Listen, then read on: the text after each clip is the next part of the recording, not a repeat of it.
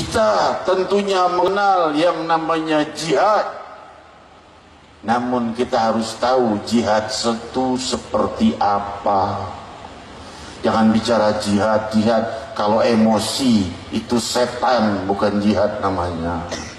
Hadirin hadirat, beda antara emosi dengan jihad. Kalau seandainya jihad, Rasul bilang jangan memukul wajah, jangan menyerang wanita dan anak-anak, jangan menyerang yang tidak bersenjata, jangan menyerang yang tidak menyerang. Nah, itu namanya jihad. Kalau kita tidak diserang, haram kita menyerang orang. Itu untuk yang di luar Islam, apalagi yang sesama muslimin. Rasul sallallahu alaihi wasallam itu adalah orang yang cinta kepada seluruh makhluknya Allah, kepada sesama manusia cinta, dan Rasul ingin umatnya mencintai manusia, dan belum sempurna iman seseorang sebelum dia mencintai manusia satu sama lain. Jika seseorang mencintai muslimin saja, tidak menyayangi orang-orang yang di luar Islam, maka belum sempurna imannya seperti Sayyidina Muhammad. Ya, tidak ada yang bisa imannya sama seperti Nabi Muhammad tentunya. Tapi paling tidak kita mengambil sebutir saja daripada mutiara-mutiara keindahan budi pekerti Nabi Muhammad, dari rahasia kemuliaan Isra wal Mi'raj Nabi Muhammad sallallahu alaihi wasallam. Hadirin hadirat, siapa yang paling ingin orang non-muslim masuk Islam? Siapa? Tentunya Rasul sallallahu alaihi wasallam. Tetapi Rasul justru lemah lembut pada orang-orang yang non-muslim itu. Seorang Yahudi pemuda datang ke rumah Rasul, bilang mau tinggal di rumah Rasul. Kalau orang-orang zaman sekarang mungkin, mau ngapain kamu non-muslim, najis, masuk ke rumah saya sana, pergi. Enggak begitu akhlak budi Sayyidina Muhammad. Yahudi diterima oleh Rasul.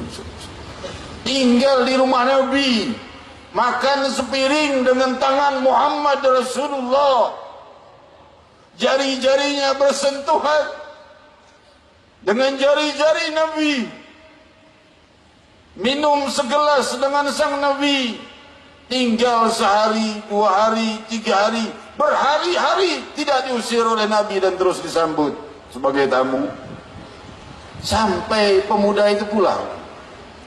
Nabi SAW keluar, pemuda itu pergi.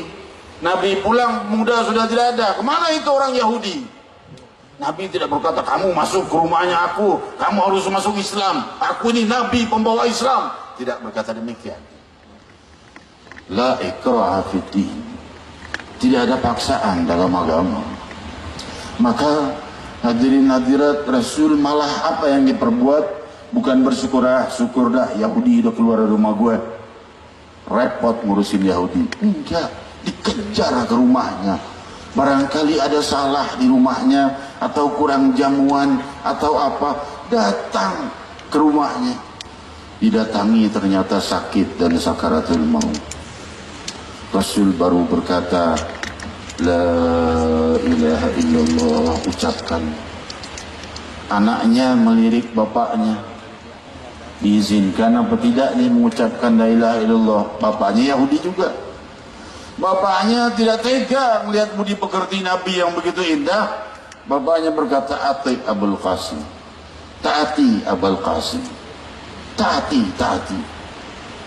Bapaknya tidak masuk Islam, tapi ngelihat budi pekerti kepada anaknya dan jasa besar, anaknya udah tinggal di rumah Nabi, ya udah taati aja Abul Qasim. Maka ia mengucap la ilaha illallah Muhammad Rasulullah.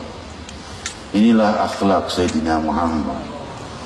Islam akan berkembang luas dengan kelembutan, bukan dengan kekerasan. Kekerasan hanya akan menghancurkan Islam dan agama kita sendiri dan diri kita sendiri. Maka oleh sebab itu, kelemah lembutan itu perlu. Budi pekerti itu senjata terkuat untuk mencapai kemenangan dan keberhasilan di dalam dakwah kita. Oleh sebab itu juga layak kita pahami kita sebagai rakyat, antara ulama dan umara layak bersatu. Untuk apa? Untuk supaya terjadinya pembenahan masyarakat yang baik. Kalau ulama dan umara itu pejabat, ulama dan umara saling hantam, musuh Islam tepuk tangan, syukur tuh hancur sendiri, dihancurin sama pemerintahnya sendiri, saling hantam sendiri. Jangan begitu ya. Kalau umara kita punya kesalahan, maka coba ajukan kepada gurumu kepada gurunya, sampai kepada guru-gurunya yang punya hubungan dengan orang-orang yang para pejabat itu, untuk menyampaikan bahwa hal ini salah dengan baik. Itulah akhlak Sayyidina Muhammad. Demi Allah, jika beliau hidup, itu yang akan beliau perbuat.